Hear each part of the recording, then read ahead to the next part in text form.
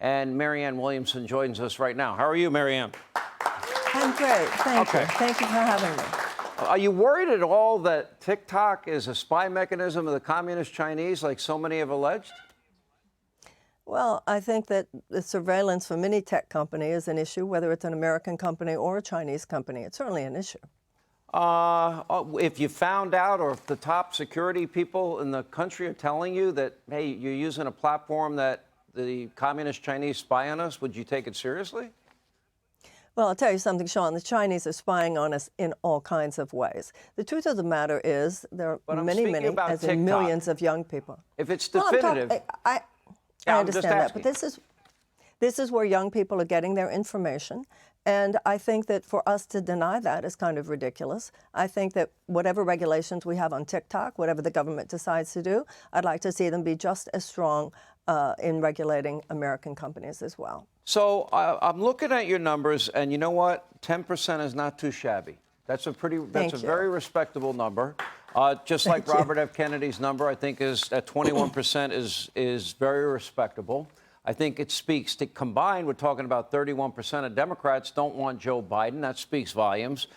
So I started to do a little deeper dive into your positions. And for example, you seem to want to eliminate all domestic energy production, or a lot of it, in America. And you said that no phrase has been used more manipulatively than national security. And you said our military madness has not made us more secure, it has made us less secure. And I'm asking you, to the extent that you see China, Russia, Iran as national security threats, and what would you have done if you were president and the Chinese spy balloon incident happened and the Russia taking down of our drone happened? What would you do in those two cases? Well, I don't think that balloon should have gotten as far inland as it got. What would you have done? Let's be very clear here. Well, I think that should have probably been shot down over the water. I don't know why it was able to get as close as it got into U.S. territory. But for the record, I agree with you. Once it was coming to Alaska airspace, I would have shot that sucker right out of the sky. Yeah.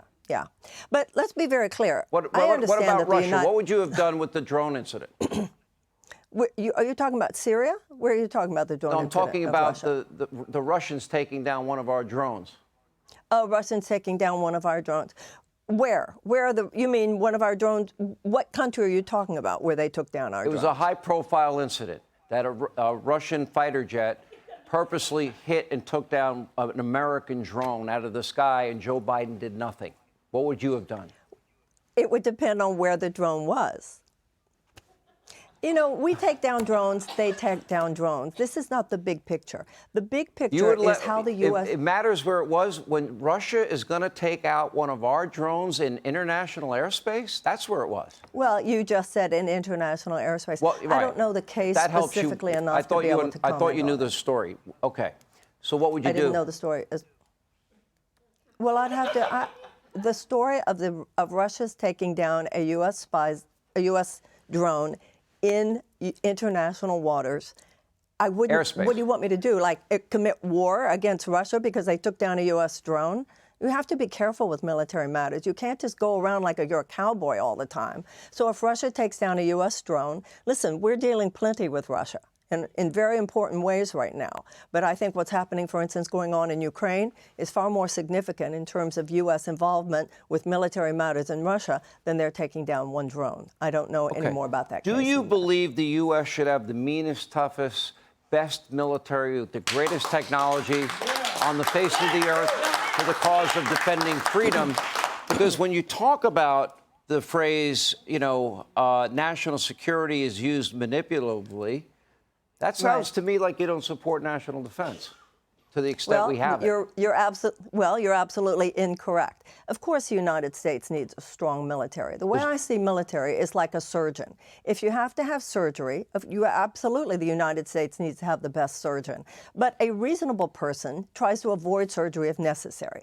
60 Minutes recently did an expose about the profound price gouging of the defense contractors towards the U.S. military. One of the first things I would do as president is to audit the Pentagon.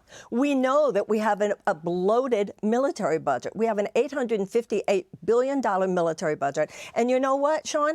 I do not believe that the Iraq War made us more secure. I do not believe that staying 20 years longer than we needed to in Afghanistan made us more secure. We have to learn how to wage peace. Donald Rumsfeld said how that. would you wage He said we need to learn. I have a test. Well, how would you wage peace and prevent the communist Chinese? They have stated their territorial ambition to take over Taiwan, our ally. How would you stage peace and prevent them from taking over an innocent sovereign nation? One of the things that we need to do with China is to be careful with the languaging. We don't need to be in a Cold War with China. And the last thing we need is war with China. But you're not answering. You didn't answer my question. We need to step back. But this is an important question. I don't want to see What would you troops. do if they followed through on their territorial ambition to take Taiwan, our ally? What would you do? I think that we need to do everything possible to help make that not happen. We do not need American troops in Taiwan. We do not need to be in a war with China. I would agree with that. Now, last question. You want to replace fossil fuels. What would you replace it with today?